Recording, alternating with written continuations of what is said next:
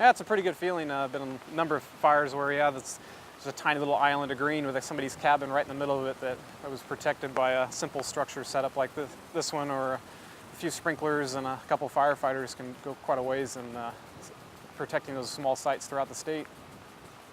Even the fire behavior is really extreme. We may come in, turn on the pumps and sprinklers and actually leave the site, just because for firefighter safety involved. But most often we try to have somebody on the site when the fire gets there, so you can either burn out around the structure or just monitor the pump in case something happens, it shuts down, or just monitor the flow of the sprinklers because sometimes they act funny and don't squirt exactly where you want them to. It's a standardized kit that comes from the warehouse, has all the sprinklers and hoses and all the fittings and connections you need to set up the system. Yeah, just depending on how many you need, you just order up whatever you need and they ship it out to you.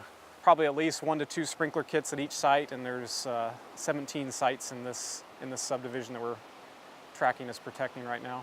The prep work that goes into prepping a structure would be to move all flammables and all sources of fuel, such as cans of gas, propane tanks if they're portable, move them away from the main structures, and then obviously get them under coverage of the sprinklers so there's no ignition sources getting to them. If there were a fire to come through this area, we'd get to that site where everything's nice and wet, and they would just kind of die out at the edge of where those sprinklers were ranging to. Water is often the challenge depending on where you're at. Some parts of the state where you work, there is no water sources, and you have to actually shuttle water in with a water tender or fire engines into folded tanks, and it really restricts your ability to fight fire with limited water source. But yeah, been fairly good with water sources here. It's just sometimes the distance involved of where you have to get the water from is a challenge.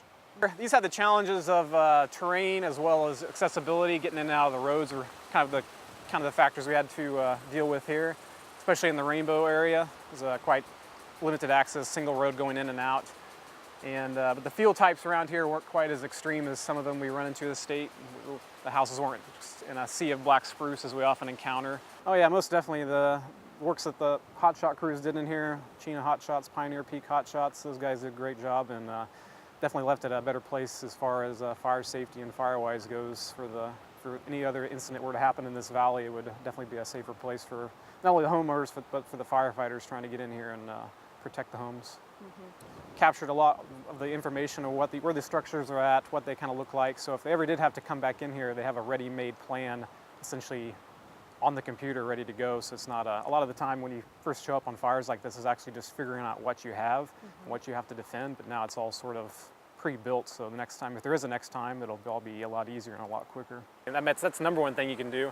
I mean, all the things that the people have been bringing in as far as donations have been great and everything, but yeah, it's the number one thing when the firefighters first show up that they're always concerned with. And if you want to really make a firefighter happy is when they roll up to a nice property that's already cleared out, has no issues with trying to prep it and that sort of thing. It makes our job a lot easier.